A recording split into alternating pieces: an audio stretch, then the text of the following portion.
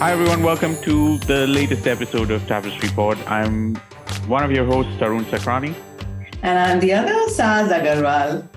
Glad to have you back to many of our listeners. And today's topic is complex, in depth. I don't know how to describe it, but it shows, I'd say, Saz, what would you call it, the diversity or the openness of the Sindhi community? Yeah, in terms of faith, and Sindh as a land of multi-faith harmony, and the Sindhi people as a people that embrace faith, which encompasses good and love and peace and divinity, without really giving them a label of religion. That's what we're going to be talking about today, because, sadly enough, it was on the basis of religion that our families had to leave. They lost everything when partition took place. But the truth is that there was belief across beliefs and the fundamental embracing of just the goodness of every religion. So did you have examples of that cross belief in your family? Yeah, Saz, I mean, we growing up, my grandparents read the Guru Granth Sahib, so that was one bit, and we frequently visited the gurdwaras around home. My mom's family, there's a temple in Bombay near Worli, which is called the Variwara Baba Temple, and this is a peer or a saint who's basically, I guess, migrated along with the rest, or I actually don't even know his origins, but it's obvious that he's not a religious guru or a saint or something, but more along the sort of, I would want to call it the Sufi kind of things, who dressed himself in a black robe and, slept on sand and just had this bunch of followers with him that till today, my parents believe in. And then just thinking back to some of my stories, my grandparents told me, they always talked about, obviously, the harmony they had with all their neighbors. They didn't distinguish with the kind of religion that people followed, and sort of the kind of food they ate, or people who came and went from their house. But I think, again, as you said, that feeling of, mutual sort of, this is our land or this is our home together, was always there. It never came to the fore. And I'm fairly certain, I will have to ask somebody in my family at some point, but I'm fairly certain there was some involvement of, some of their Muslim neighbors in helping them exit out of Sindh at some point. Because otherwise I don't think they would have made it out alive. So yes, again, there was no rigid Hindu belief till they probably made it into India, but there was more an openness or an acceptance of sort of variety or different, religious views, I'd call it, in that regard. So they were. No, but surely they did Satyanarayan and Ganesh Chot. So Satnarayan is the full moon and Ganesh Chot is the cycle of the moon. Yep. So it's like 2 days after. Once a month we do that, and we still follow a lot of that, right? But that's based on watching the cycle of the moon and deciding that's the day you fast. A lot of those rituals are lost, right? And I think that's partly not, you can't blame partition for that. It's just modern times when people have moved on and they couldn't be bothered, right? Our family, we still follow, and actually we do it here as well. Wow. So mom sends us a calendar with today is Satnarayan, so you got to be veg. And so we don't actually cook meat in our house on those days. And, my kids follow that now as well. Right. And do you also have anything from the Sikh religion? I mean, we'll go to the Gurudwara, we'll visit it. And interestingly, I found Gurudwaras here in Peterborough, where I live, and I go regularly. And on one of my visits, I was at the Gurudwara, and the priest there recognized me, and he said, "You come here often. Look, why don't you wear this as sort of symbolic and this will bless you kind of thing. And of course, I'm not one to turn it away or anything. And so I just keep the kara on my hand. But again, we'll go from time to time, and my kids love eating the langar at a gurdwara. So we continue a lot of the tradition, but I don't even call myself the most religious person. This is just, something my family has done. We've carried on, and I think it's just there in our system. But I've never viewed Sindhis as like overtly religious or fixated on one particular faith or belief or anything like that. I remember this thing. You probably have this as well, right? Suddenly saying Allah, Yes. when everybody does that, right? It was very common, and we probably still say it instinctively. Everyone says it. But, this funny thing, when I was working with Rita Shahani to translate the book that she had written, she was like, there was Allah in that book, but she would let me spell it the way Allah is spelled. She said, we have to spell it as ALA so that it doesn't get mixed up with something else. Right. Okay, interesting. It's so interesting because in her heart of hearts, she believes across religions. But because of the political divide, she just wants to be on her side of it, Right. That's, I think, quite true with many people. You've talked about the Sikh religion, right? And I think that's true. A lot of Hindus, almost all the Hindus of Sindh were Nanakpanthis. Yes.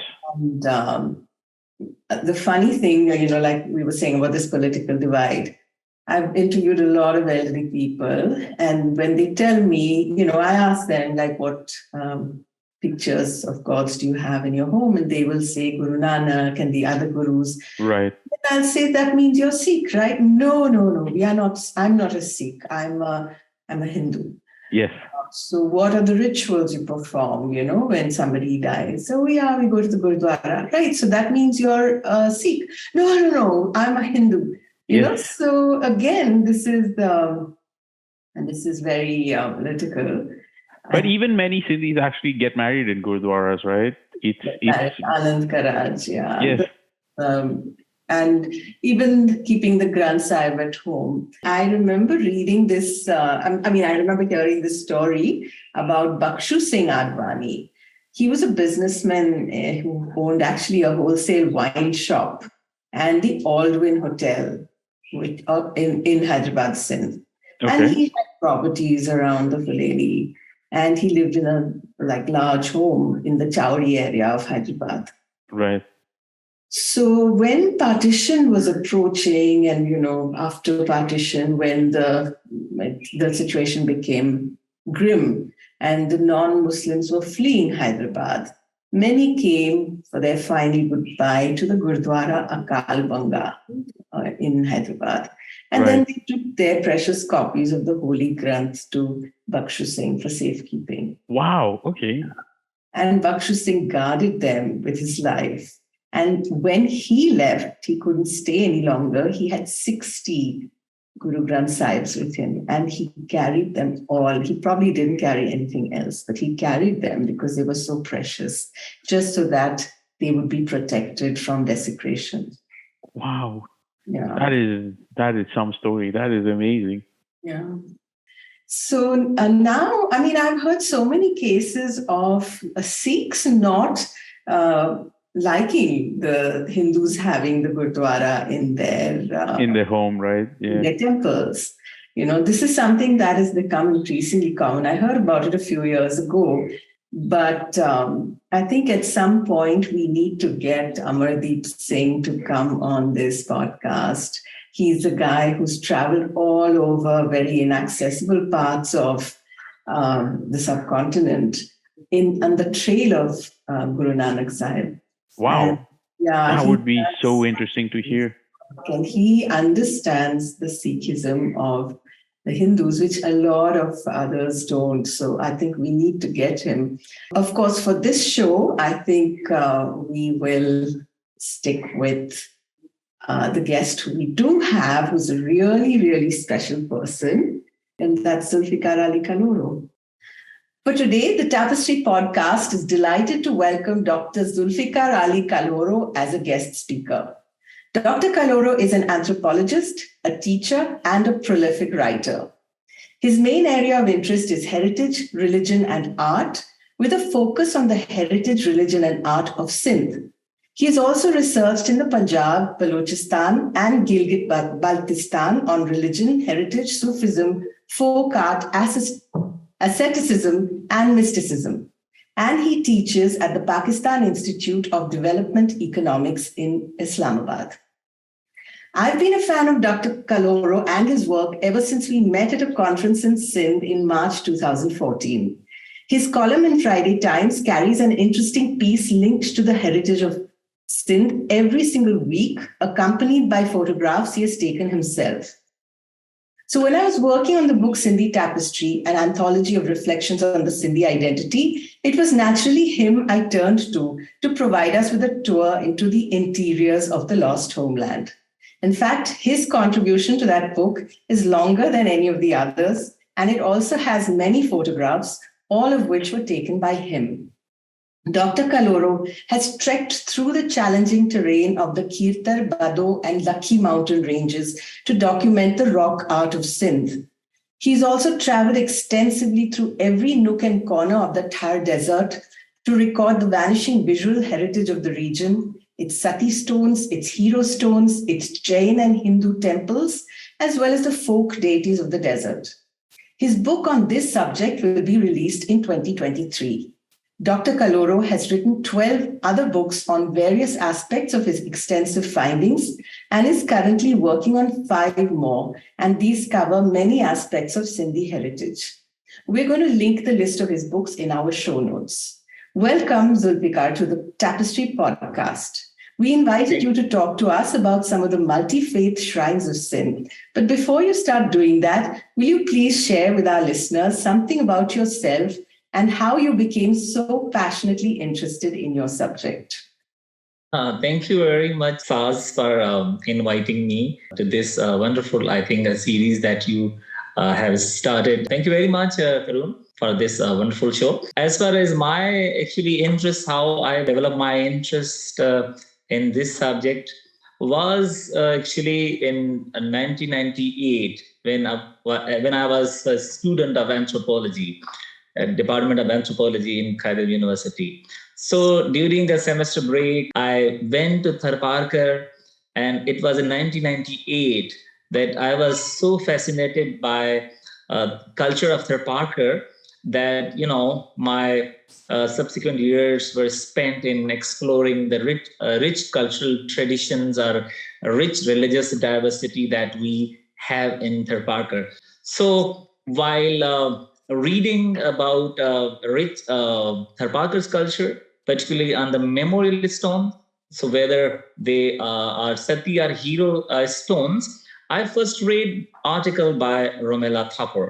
She wrote an interesting article on death and hero. That was the article actually that inspired me the most. And then after reading that article, I inquired and asked my Hindu friends in Tharparkar that have you seen similar monuments? I'm talking about Sati and hero stones. And they were variously, called by local people as a Paria, Kambi, Khatri, Jadiyo. So these are the local terms that people use. Zulfiqar, I have a feeling that a lot of our listeners have no idea what hero stones and Sati stones are. So do you want to quickly tell us if you can describe? Not just your listener, one of your hosts also doesn't have an idea. So maybe you want to tell me a little bit more about it as well. These hero stones were basically erected in the memory of the fallen heroes. For the heroes who died protecting their cattle, who died protecting, the village resources. The heroes are warriors who died on battlegrounds. In Tharparkar or in Sindhi language or in, Dhati language, they are called Jujhar. Jujhar means headless hero. So there's an interesting symbolism on Jujhar, who is Jujhar and who is not Jujhar. So this is how actually I was inspired. You do see them in Gujarat and in Kutch. Yeah. There are a lot of memorial stones in Kathiawar, Kutch, and other parts of Gujarat, also in Rajasthan. You might have read my book that I've written on the same subject, Memorial Stone, Parker, in which I have discussed all about, memorial stones and various types of memorial stones. Actually, I discussed typology of Hindu sacred spaces. So after memorial stones, then I shifted my focus to shrines. So it was also in Parker that I first came across a number of shrines. Then I thought that I should write a book. My anthropological understanding was, shrine is just not a dome structure. It can be anything, how you basically domesticate a landscape. So that was the most interesting thing that drew me to this subject. What people actually did. They simply converted a natural landscape into cultural landscape. The moment they basically converted, what actually they did they simply put an image of a deity under a tree, and then they started performing various rituals. The moment they placed or they kept an image under a tree, it becomes a sacred space for them. So this is how. Did it always include an image, or was it sometimes just the tree itself? Sometimes, even a tree becomes a sacred because some saint halted there, and it becomes sacred as well. And let me just now go back to other parts of Sindh from Sir Parker. As you asked, Tarun, there may be other objects as well, and sometimes tree itself become a sacred, or tree is connected or associated with the saint. There are many stories about Lal Shahbaz Qalandar. When you talk about Sindh's Sufi shrines, you cannot ignore or you cannot escape. You have to discuss Lal Shahbaz Qalandar first. So in Sindh, there are many trees where it is believed that he halted on way to some other places, some other holy places. And then later on, those trees became shrines themselves. And it was called, or they were called, Lalajo Kando. Kando means tree. One of very popular shrine, which is associated or connected to Lal Shahbaz Qalandar, is located near Thano Ahmad Khan in Jamshoro district. It is called Lalajo Qalandar. Qalandar is not the saint of Muslims. He belongs to every faith. People of different faiths venerate him. So whether they are Hindus, Muslims, or even Christians. So there are, interestingly, many symbolic shrines or sanctuaries which are built in different parts of Sindh, particularly in Thano Bula Khan area in Jamshoro district. Apart from the main shrine of Qalandar, which we know that is in 7, but Hindus of Thana Ahmad Khan have built an impressive structure on a symbolic grave of Lal Shahbaz Qalandar, and it is locally called Lal Shahbaz Qalandar Jo Astan. It is basically a shrine complex where you can see not only a symbolic grave of Lal Shahbaz Qalandar, but also a symbolic shrine of Lucky Shah Sadar and some other saints. So this is a very interesting syncretic culture of Sindh. How old would this be about? I think it's more than 300 years, because I personally think that Qalandar never went there. But, people believe that Qalandar halted and he sat under a tree. But there is another shrine, which is basically, Qalandar went there himself. And it is called Qalandarji Khudi. It is located near Pir Gebi, another saint who is venerated by both Hindus and Muslims. So near that Pir Gebi shrine in Thano Bula Khan, there is a shrine, symbolic shrine of Lal Shahbaz Qalandar, which is called Qalandarji Khudi, which is about 700 years old. 700 years old? Yeah. Wow. It's maybe a Qalandar's time, actually. The Qalandar, I think, was on his way to some other holy space and he halted. And later on, his followers built a small structure. Now there's an impressive structure built by the devotees. So how is this being maintained? Do they keep it updated regularly? Is there an active group of followers that is, contributing money to maintain it and things? I think mostly these shrines are taken care by Hindu followers of Lal Shahbaz Qalandar. They are also, used as a suffix after their name as a Kalandri. Like they say Partap, Kalandri. These are basically the followers of Qalandar and they are known as Kalandri. So even when you visit Lala Jokando, you can see this shrine is taken care by certain Kalandri Fakir, the follower of Lal Shahbaz Qalandar. I think there is over 12 such symbolic shrines in just in one tehsil or taluka of Sindh, that is Thana Bula Khan. So Lal Shahbaz Qalandar was an actual person, right? Or a mythological figure? Oh, he was a person. So do we know anything about his life? Yeah, we know. Basically, there are many stories about his miracles, and there are stories about his arrival in Sindh. A lot has been written, Saz, on Lal Shahbaz Qalandar. But my research, which I have done on Qalandar, is entirely, I have brought something new to the Qalandar cult. That are the symbolic shrines. So my only interest was to discuss more the symbolic shrines rather than on Qalandar's, myths and objects and other things. Because you see, you can read a lot actually on Qalandar. He is sometimes known by various names. Sometimes some say Barthri or Barthari. Some Ismaili or some Hindus believe that he's a Raja Virag, the Lord of Virag. Even a Lal, the word or the term Lal is interesting. Most of the time we use or we know about Jhulelal. But people also say Lal, Shahbaz Qalandar. So this is also interesting debate. The identity is sometimes connected? Maybe sometimes it is connected because his Hindu followers, many myths associate with him, some mythological figures or some historical figures. When they say he's also known as Raja Barthari, we know that who is Raja Barthari, and they say that his nephew Gopi Chand also traveled in Sindh and different parts of Sindh. I also wrote in my book that Hindus call Pir Patho as a Gopi Chand, and his shrine is located in Tata.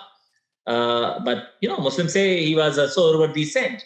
But some scholars say he's also known as a Gopi Chand. Apart from Qalandar's cult, there are interesting dual identity shrines in Sindh. Saz, Jhulelal, he's also known as Sheikh Tahir. He's variously known as Jhulelal, Amarlal, Darya Shah, Darya Peer, Zinda Peer, Udero Lal. He even was worshipped by both. By Muslims, they still venerate him as a Sheikh Tahir. But some Muslim followers believe that he's a Zinda Peer. And similarly, we have some other saints who carried multiple identities, like Jamil Shah Girnari. And he basically came from Girnar, now in India. He's also known by various names. Some believe that he is Gorakhnath. And in various parts of Gujarat, where he traveled and preached among various Hindu communities, in each of the Hindu communities where he preached, he carried different identity. And what was that for? Sometimes you say, we know the Malinath, but there's Malinath is another figure. But maybe he, under the garb of that particular name, preached, among Hindu communities. Even Dhado Dharang was another name, and some other, which I now don't remember the names, but he carried multiple identities. But Gorakhnath was the most popular in Sindh. I think there's a strong belief in Gorakhnath in lots of places in India, and at least in Gujarat. Not only Jamil Shah Girnari, but we also know about, Mangopi, because he also carries another name. Lala Jasraj is known to his Hindu followers. And it is believed that he was basically a Kapadi ascetic who used to preach among those Hindus who was on way to the Hinglaj. And some believe that he was Ismaili. Religious history is a very complex. When you look at Sindh's religious history, particularly in the medieval period, we know there were Ismaili peers, and then we know how Ismaili peers were challenged by Sohrawardi peers, and then how they went into taqiya or went into hiding by carrying dual identities. So I believe that in Sindh, majority of those shrines which carry dual identities are one way or other connected to Ismailism. This is my own thesis. I mean, somebody may agree or disagree. So this is what your field research has shown you. Yeah, this is my own ethnographic field notes that I brought from the field and then interpreted. So I have one question, right? Like, obviously, Zulfiqar, you've been doing this for a while. It's been, you said you started in 1998. It's a good almost 30 years that you've been doing this. In what I'm really intrigued by is this concept of a dual identity or a, multi-faith shrine. It's not, if you think about it, it's not very common. And you mentioned one factor why it is there, but it feels like, at least in your research, there is a high concentration in Sindh of this. Does it have to do with the history of Sindh? Is there more to it? I think this is not only specific to Sindh. Even you can see in India, there are a lot of shrines which carry dual identity. So it depends that which community basically dominated and how the minority went into hiding, or which type of mode of conversion basically they adopted. So in India, I think Mahdi or Magdi or something, there's a complex on which I think Robert Haddon has written a very interesting book, similar syncretic or dual identities. And likewise, even in Europe, you have a Christian and Muslim. Yes, that is common in Europe, and probably Istanbul is the best example where it comes together. Even in Sindh, this is very common actually. Common, or say there are over 24 such shrines which I have visited, which carry dual identities. So if I was to ask you to pick 3 of the most interesting shrines you've seen, which ones would they be and why? I think one is Jamil Shah Girnari at Pir Patho in Tata. We know and we read a lot in the stories that Pir Patho was facing some problems, and then he sought help of someone, and he knew that some saint was practicing tapas or meditation at Girnar. So he went himself or sent his follower to go and ask Jamil Shah Girnari for help. Why he sought help? Because he was facing some problems. Which problems he was facing? Of course, another community was taking the charge of the area, control of the area. This was a rivalry that was going on between 2 different religious communities. And then it is believed that one Diyanath, who they believe, and there is interesting narratives, Diyanath tried to control the Pir Patho area, which was under the control of the Pir Patho, the saint. He's also known as the Sultan Shah and, other names. That reflects that he was taking charge of the area, maybe converting the people. And then Jamil Shah Girnari came to the Pir Patho. It is believed that Diyanath, he was caught by Jamil Shah Girnari, and then he spilled his ear. This is symbols. When he spilled his, is basically reference to the Kanpata yogis. And then Diyanath became your disciple. Later on, they become Muslims, and now they are believed that they take care of Jamil Shah Girnari's shrine. So there's another story when Pir Patho complained that one Diyanath is trying to take control of the area. He fled to Girnar.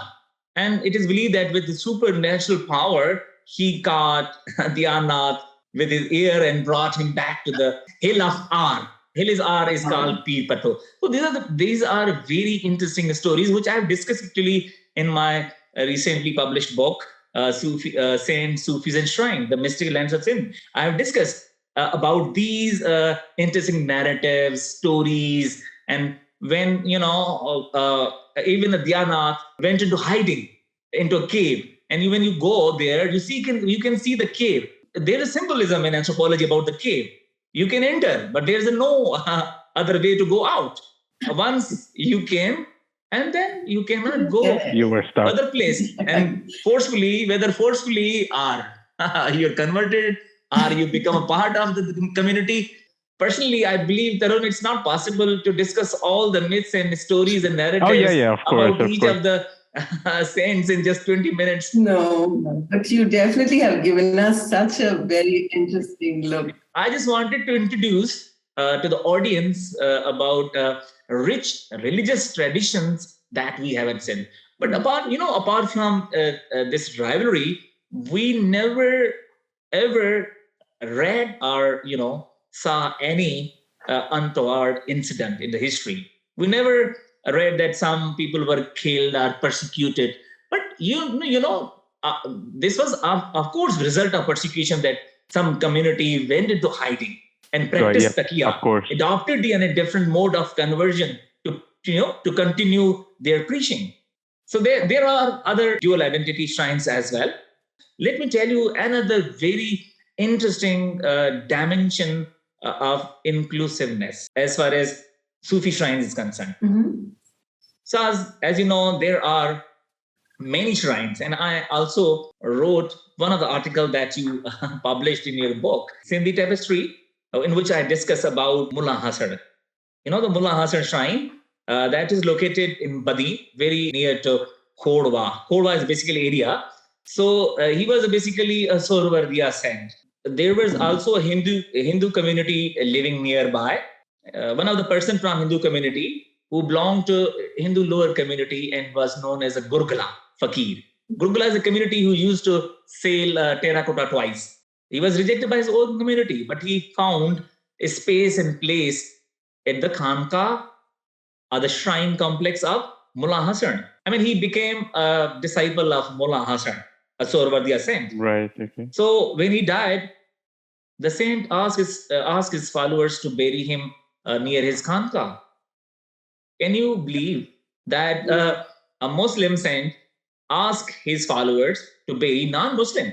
And even today, when you go or when you visit his shrine, first you have to say salam or salutation to Gurgalo Fakir and then to Mullah Hassan. Similarly, there's another shrine in Badi near Nindo town. The name of shrine is Raj Sen Sumrani, another Sorvardiya saint. What is a Sorvardiya saint? Sorvardiya means it's a Sufi silsila. Right. And, okay. As you have a silsila or, very ascetic orders in Hinduism, like Nath, Giri, Puri, Bharti, various ascetic orders. So likewise, we have Sufi silsilas, Sorvardiya, Naqshbandiya, Qadriya, Chistiya. There is a shrine of Raj Sen Sumrani in Nindo town. There was a woman named Noori. She belonged to a Shikari community. And Shikari community belongs to, the lower Hindu caste. People normally don't share space with them. But she also were rejected by her own community due to some reasons. But she went to Raj Sen Sumrani's shrine, and she was welcomed by a saint, given a space. I mean, she became Raj Sen Sumrani's disciple. When she died, she was buried next to his tomb. Even today, when you go to the shrine, first you have to say salam to Noori Shikaran, and then go to the Raj Sen Sumrani. Recently, there was a book launching of Sufi saints in Hyderabad. After book launch, I went to Badin to revisit the shrine and see now a beautiful structure, a beautiful tomb has been built by his followers. His followers are both Muslims as well as Hindus, but mostly Ribadi community. I was talking about the inclusiveness. Even Raj Sen Sumrani is the patron saint of the Ribadi community, which is also known as a Raika in some parts of India. Raika, Ribadi, or maybe Devdasi, I think sometimes they are known as some parts. That's wonderful. I mean, you've told us so many things that we didn't know. I want to ask you, where are your books available? I think my all books are just you talking about the Sufi one. Tell us about all your books. Where are All they? your books. I think majority of my books are available on Amazon, Sas. Like my first book, which is on the Sindh's lesser known heritage. It is titled as Perspectives on the Art and Architecture of Sindh. It is also available on Amazon. And then there's like a book on Tharparkar, Memorial Stone Tharparkar. It is also available on Amazon. And another book is Symbols in Stone, The Rock Art of Sindh. Then I edited 2 books on Kalhoro, History, Architecture, and Economy. And I've also written on, on Punjab. I've written 2 books on Punjab. So discussing the memories, the mystics and monuments of the Potohar region of Punjab. Beautiful stuff. I've seen some of those pictures. Yeah, I've discussed the most of the, the pre-partition memories and the mostly focusing on village intellectuals and oral historians. I recorded their voices. Right. You're working on Shikarpur now, aren't you? Yeah, currently I'm writing a book on Shikarpur.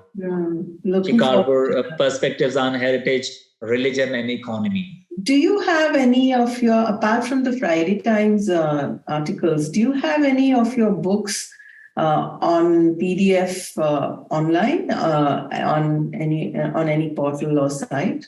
I think one is available on Sindh Culture Department's website.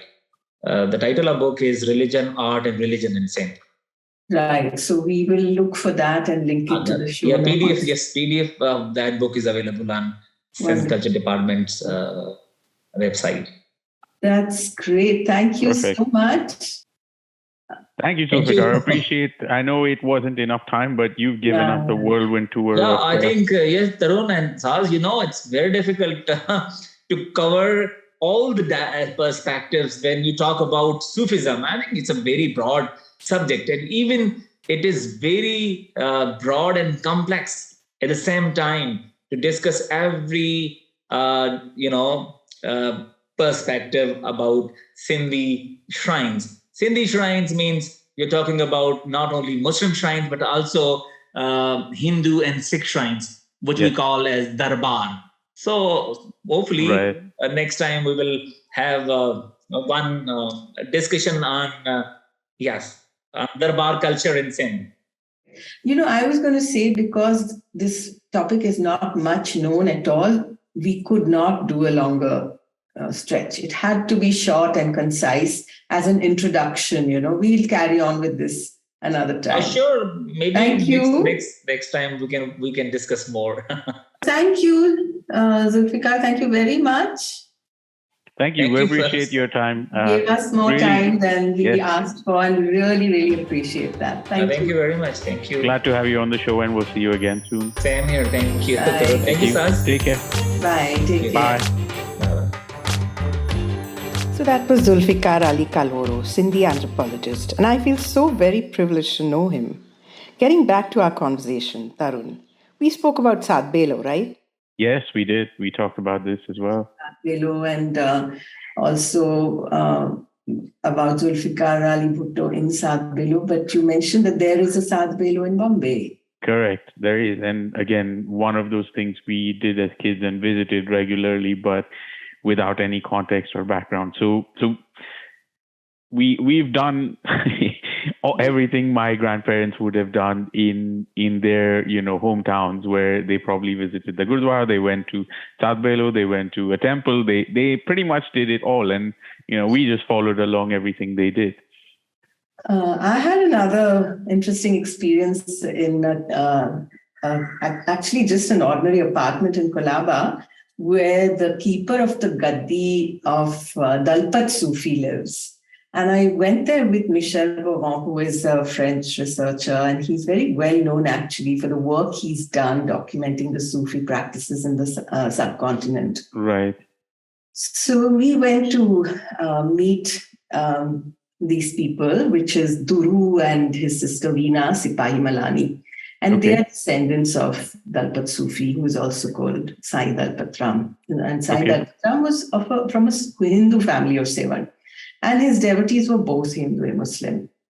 And which we've seen is fairly common as well, right? In fact, so the Gaddi passed to his son, Sai Keshav Ram. And I've read of a case where there was a Muslim devotee who wanted to convert to Hinduism, and Sai Keshav Ram kind of dissuaded him, saying it would be better for him to continue his practice, remaining in the faith into which he was born. Right. Now, the Gaddi, at some point, it was passed, it's looked after. There's nobody actually sitting on the Gaddi, and Duru and Veena, they perform all the traditional pujas or the rituals, right. And some of the faithful can't continue to visit. And many have experienced miracles through their prayers and faith. And the person I heard about them from is my friend Maya Thadani, who still, she totally believes in Saiji, and she herself feels that she is a child of the Darbar. Wow, okay. Funny experience I had is when we were sitting there and Guru asked me, so what was your mother's surname? And I said, Bijlani. So he said, oh, there was a Judge Bijlani who lived right here, and he stood up and he pointed out of his window, and you could look to the other side, and that was exactly where my grandfather's house was. Wow, okay. Like, you talk about partition scattering people, but to also get these amazing linkages. Connections are there. Yeah. And of course, in my family, we never had much ritual. I think whatever we felt was, it was felt inside our hearts. And was that a case of just trying to forget what they had, or what did you think it was? No, my grandfather was a Marxist. He was an intellectual. He passed on. My grandmother did the pujas, but everybody in the family knew she had to do it without his knowledge. Secret. Yeah. So, I had this really, I suppose in a way you could call it a fangirl moment, or I don't know what you can call it, but one morning the phone rang. And it was a call for me from the office of L.K. Advani. So, of course, I was awfully flattered. I knew who was happening because my friend Roma Hira, I'm calling her my friend, but actually she read my book and she made an effort to get in touch. And then we stayed in touch, a bit like you and me, I suppose. Right.